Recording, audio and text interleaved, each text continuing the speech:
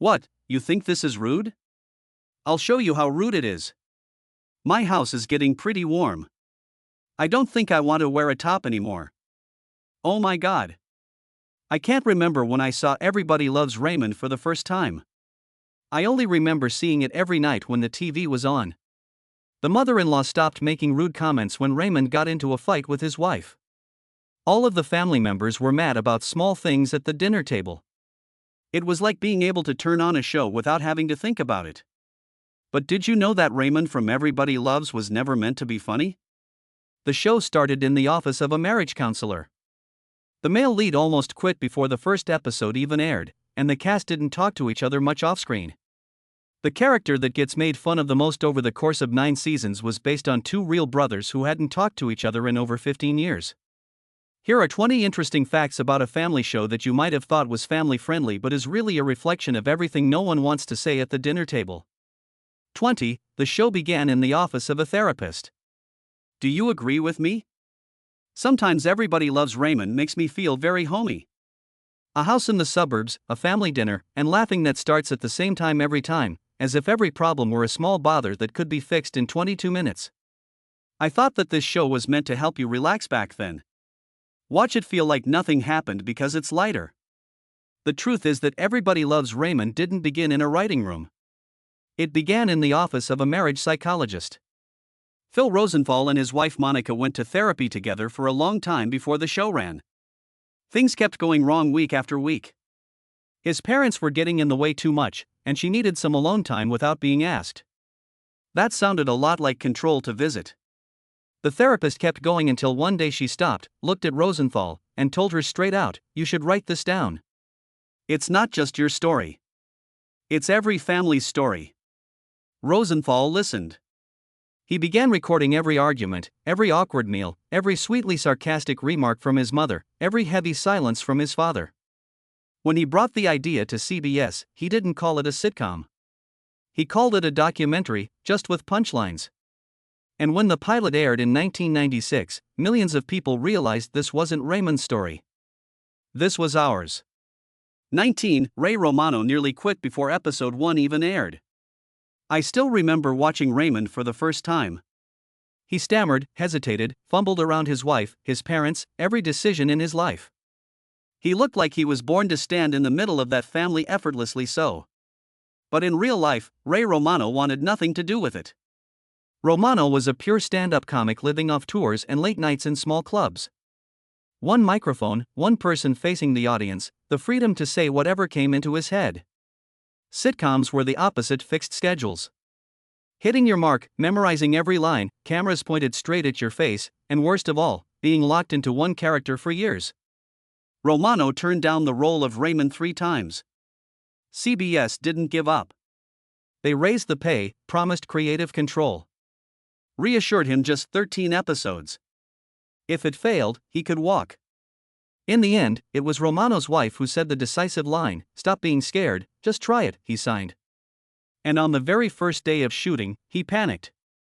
Romano hated everything, hated hitting marks, hated learning lines, hated the feeling that he didn't belong there. At one point, he pulled Phil Rosenthal aside and whispered, "I think I made a mistake." Rosenthal didn't argue. He simply said, "Give it 2 weeks. If you still hate it, we'll figure it out." Romano stayed. 2 weeks slowly turned into 9 seasons. And maybe that was a decision he almost never made. 18. The kitchen was a replica of a real memory. If there's one place in Everybody Loves Raymond that sticks with us, it's not the living room. It's the kitchen. A small table. Old wooden cabinets. Slightly yellow lighting. The biggest family battles in the Barone household all happened there. Careless remarks. Uncomfortable silences. Meals no one truly enjoys. What viewers didn't know is this: that kitchen wasn't imagined. It was an almost exact replica of the kitchen in Phil Rosenthal's childhood home in New York. The wall color, the cabinet placement, the table by the window. Even the magnets on the refrigerator were recreated from old photos of his mother's kitchen. When the set was finished, Rosenthal's mother visited the studio. She stepped into the kitchen, froze, and then burst into tears. For a few seconds, she forgot she was in Los Angeles. She instinctively reached for the coffee pot exactly where it had always been in her own home. The entire crew fell silent. They understood this was no longer just a set. It was a time machine. And every week, millions of people sat in that kitchen without realizing they were sitting inside the real memories of another family. 17. Doris Roberts and Peter Boyle clashed constantly off camera. As a kid, I always thought Marie and Frank Barone were the kind of couple who argued for fun. One talked, the other sighed, and the laugh track arrived right on cue. But in real life, what happened between Doris Roberts and Peter Boyle wasn't acting. There was no shouting or open hostility. Just silence. Between takes, they barely spoke. When the cameras stopped, each retreated to a corner of the set like two planets with no shared orbit. The reason was professional opposites. Doris Roberts was a classically trained stage actress, meticulous memorizing lines weeks in advance, believing discipline was a form of respect. Peter Boyle was the opposite. He trusted instinct. Show up when the camera rolled, change lines to find a living moment. Clash was immediate. Roberts bristled when Boyle improvised. Boyle felt suffocated by her rigidity. The crew tried to mediate. It didn't work. Phil Rosenthal knew all of it and he didn't put the tension out. He used it. Because sometimes an on-screen marriage only feels real when it's just as uncomfortable off-screen. 16. Patricia Heaton was never meant to be Deborah. You probably remember Deborah Barone as the archetypal proper sitcom wife, loving enough, patient enough, but always right at the edge of her tolerance. A familiar role in American sitcoms. In reality, Deborah almost wasn't Patricia Heaton's. The role was originally written for another actress more famous, safer in the network's eyes. But audition after audition, something was always off, too soft, too harsh, or so distant it felt empty. No one hit the balance. Patricia Heaton walked in when her career was stuck in limbo. She read with Ray Romano and the room went quiet. She played Deborah as a woman who loved her husband, but was exhausted by his family. Rosenthal looked at Romano. Romano nodded. The decision was made that day. Years later, Heaton admitted she had almost skipped the audition. She thought, just another background wife, but something told her to try once more. And that might as well audition ended up defining her entire career. 15. Brad Garrett hated playing Robert for the first 2 seasons. I've always remembered Robert Barone as the character who made people laugh the most and the one who suffered the most, though I didn't realize it at the time. Brad Garrett realized it early. He hated the role for the first 2 seasons. Robert was written as a punching bag, the tall, awkward older brother who always lost. Every joke landed on him. Every scene ended with him looking foolish. Garrett felt turned into a gag. He dreaded going to set, sitting in the makeup room, staring at the script, wondering if he'd made a mistake taking the role. The turning point came in season 3. The writers began to see Robert differently. They gave him depth, made him a competent cop, gave him relationships that didn't exist just to fail. Let him win sometimes. And Garrett understood Robert wasn't a loser. He was someone who never quit. Even when he was always the one losing. From that moment, Garrett stopped fighting the character. He embraced the fragility, the bitterness, the desperate need to be loved, and turned Robert from a potentially one-note role into the quiet emotional core of the entire show. 14. The twins who played Jeffrey and Michael were fired and then rehired. Hard to believe, but the kids on Everybody Loves Raymond weren't professional child actors. They were just real-life twins. Sawyer and Sullivan Sweeten dropped into a machine far bigger than they were. The first season was chaos. Crying mid-take, running off set. Scenes that seemed tiny took hours to shoot. At first, the producers tried to be patient, but as schedules slipped and costs rose, patience ran out. They started looking for alternatives, auditioning new twin pairs kids who were more manageable. Then something unexpected happened. Between seasons 1 and 2, the boys had a growth spurt. They understood direction, knew how to wait, followed cues. They stopped being a burden and became a natural part of the frame. Keeping them turned out to be the right call. Sawyer and Sullivan grew up on set. The audience watched them grow year by year. By the final season, they weren't playing the Barone kids anymore. They were the Barone kids. In 2015, Sawyer Sweeten died at 19. And only then did people realize some roles are kept only for fate to take them away in the cruelest possible way. 13. Ray Romano rewrote his own lines every week. I always felt something strange watching Raymond talk, like he was thinking the lines up on the spot, not reading them off a page. That wasn't an accident. Ray Romano never fully trusted the script. Every week after receiving it, he took it home and started fixing anything that sounded wrong. Then he brought his version back to the writer's room and gently said, "What if we try it this way?" At first, the writers were irritated, but Phil Rosenthal saw something more important. Romano wasn't breaking structure. He was making the character breathe. To Romano, Raymond Barone wasn't a role. He was himself. Every awkward pause, every weak excuse, every helpless sigh came straight from real life. Rosenthal let him keep rewriting. Over time, the writers learned to write in Romano's voice. By the later seasons, the scripts were almost finished from the start because they were already written to that rhythm of breath. 12. Doris Roberts stole props from the set every week. Back then, watching the show, I always felt Marie Barone was the kind of person who could step right out of the screen and into my own kitchen. For Doris Roberts, that boundary never really existed. Doris loved playing Marie and she loved the things Marie touched. Every week after filming, she would quietly slip a small item into her bag.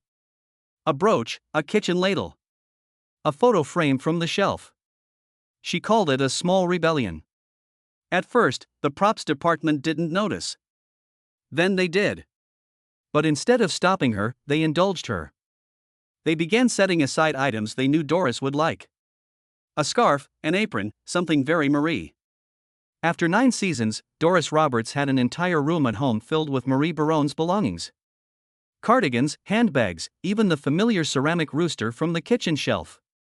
She said it helped her stay connected to the character between seasons. But really, Marie had seeped into her too deeply to let go. After the show ended, there were moments when Doris would wear one of Marie's cardigans, sit silently in her living room as if waiting for someone to walk into the kitchen. Friends who visited said it felt unsettling. Her house was starting to look more and more like the Barone home. To the point where no one was quite sure anymore, was Doris playing Marie, or had Marie never really left Doris? 11. Peter Boyle refused to rehearse the biggest scenes. Did you know that while the entire cast of Everybody Loves Raymond rehearsed for hours before each scene, Peter Boyle had a habit that drove everyone crazy? He didn't rehearse. The bigger the scene, the less prepared he appeared, while other actors ran lines, timed beats, blocked movements. Boyle sat in his dressing room reading the paper or doing crossword puzzles. When the director called, he waved it off. "I'll be ready when the camera rolls." And the most unbelievable part, he always was. This approach made Doris Roberts especially anxious. She needed rehearsal to feel safe, to know where everyone stood, what they'd say, how the scene would flow. Boyle's refusal to rehearse felt disrespectful to her, as if he wasn't taking the work seriously. Boyle believed Frank Barone was a man who reacted on instinct, rehearsed too much, and Frank would lose that rough edge. So Boyle let everything happen in the moment the camera rolled. The irritated grunts, the perfectly timed glares, the sudden walkouts that made the studio audience explode with laughter. All of it was unrehearsed. After 9 seasons, the crew stopped trying to change him. They understood something simple. Peter Boyle was just acting in a way no one else dared to. 10. The writers secretly observed Phil Rosenthal's Rael family dinners. Was genuinely surprised to learn that for years, Rosenthal invited his writers to Sunday dinners at his parents' house. His mother cooked, his father complained, and the writers sat quietly watching. They watched how his mother weaponized guilt through seemingly harmless concern, how his father shut down conversations with a newspaper, how his wife smiled politely while screaming internally. Then they went back to the writer's room and turned it all into scripts. Rosenthal's mother Helen was the first to notice. She heard her own words coming out of Mary Barone's mouth, every sentence, every line of reasoning. At first she was embarrassed. Then she became proud. She called Phil after every episode. "That was me, wasn't it?" And he answered, "Mom, when isn't it you?" His father was less amused. He didn't like being portrayed as gruff, distant, glued to his recliner. But Rosenthal told him, "Dad, America loves Frank." That didn't make him happier. But it made him complain less, because deep down he understood the show wasn't mocking them. It was making them immortal in the memories of millions of other families. 9. The show nearly got cancelled after season 1. Looking back now, it's hard to believe Everybody Loves Raymond once stood on the edge of cancellation. But in 1996, that was the reality.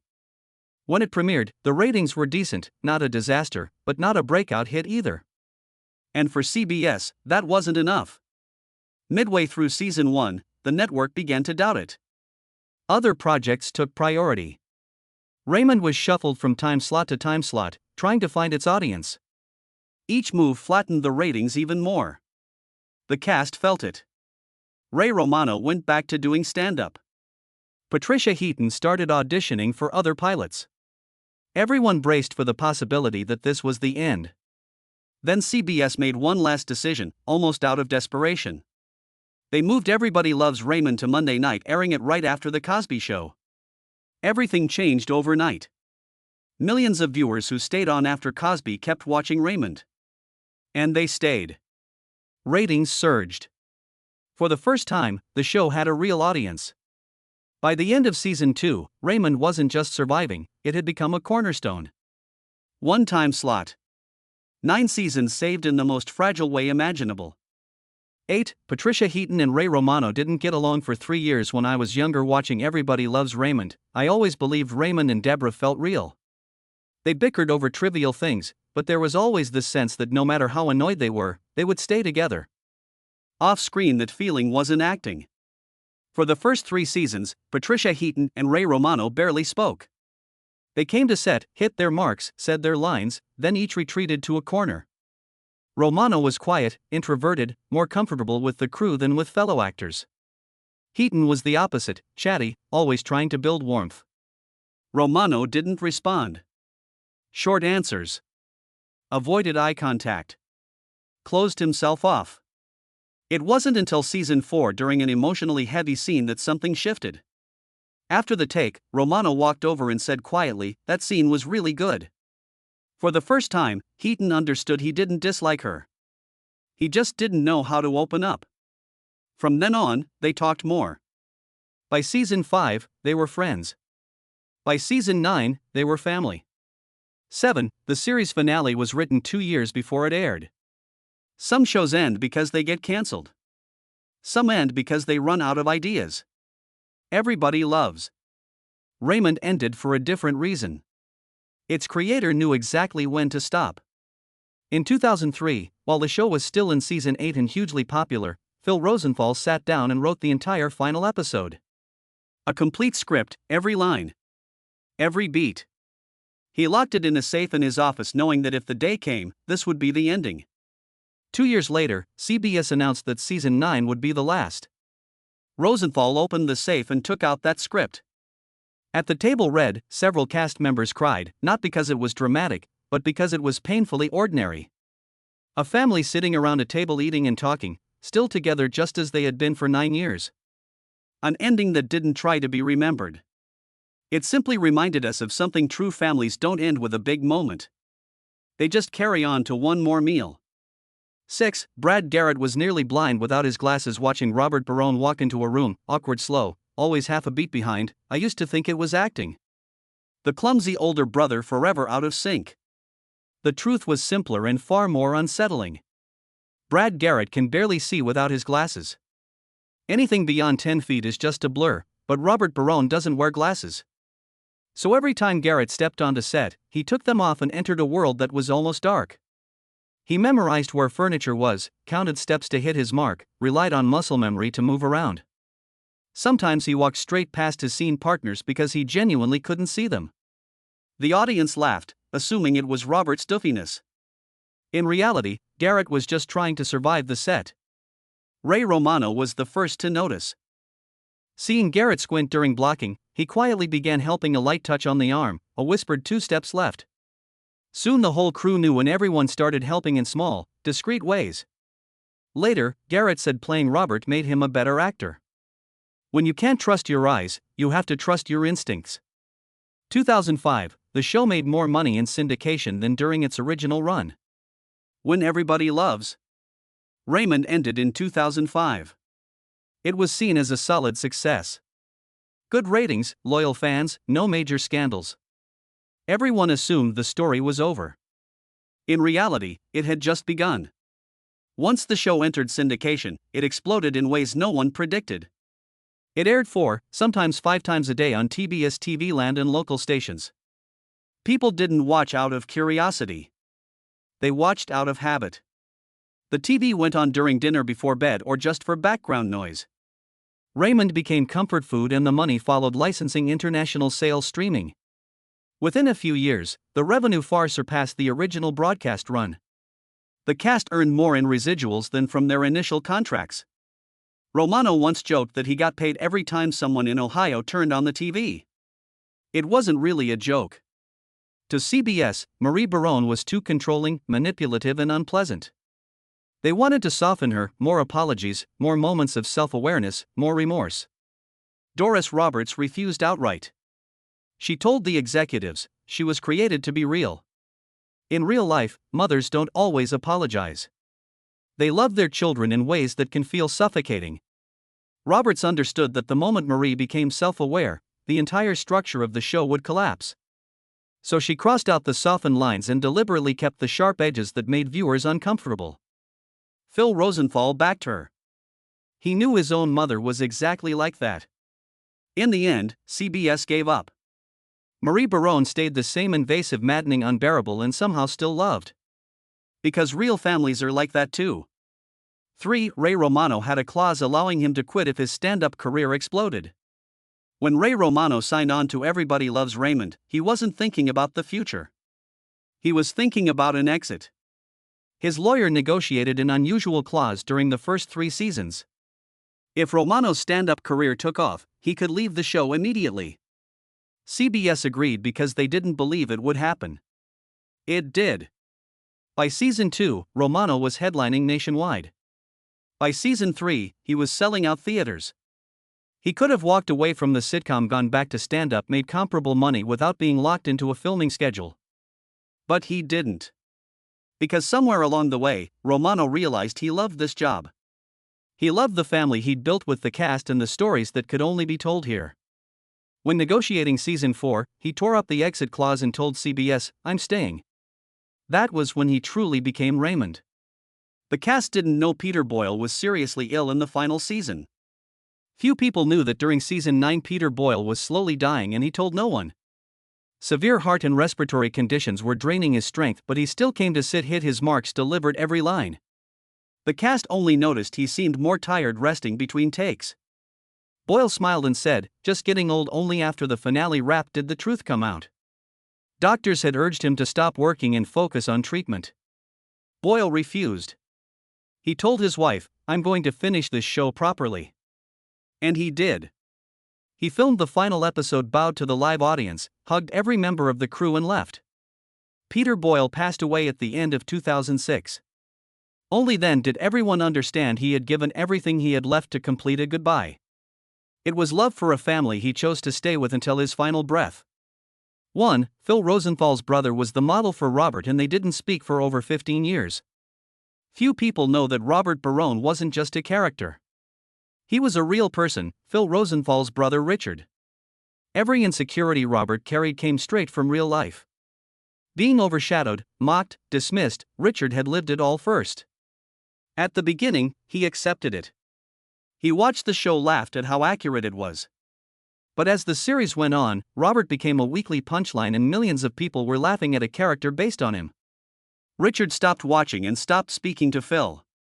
Rosenthal tried to explain that Robert was the heart of the show, the most deeply loved character. But to Richard that didn't matter. All he saw was himself turned into a joke. They didn't speak for more than 15 years. Rosenthal has said, it's the greatest regret of his life. The show gave him everything, but it cost him his brother. That was the price of telling the truth. Everybody Loves Raymond ended long ago, but it never really left our living rooms. Because behind the laughter were things we all recognize: parents who interfere too much, exhausted marriages, family dinners, where everyone loves each other, but doesn't know how to speak gently. The show didn't last because it was funny. It lasted because it was honest, so honest that sometimes the people closest to it had to pay the price. If these stories changed how you see the show, leave a comment and tell us which detail shocked or haunted you the most. Don't forget to like, share, and subscribe so we can keep digging into the hidden sides of the seemingly harmless films of our childhood. Thanks for watching to the end and see you in the next video.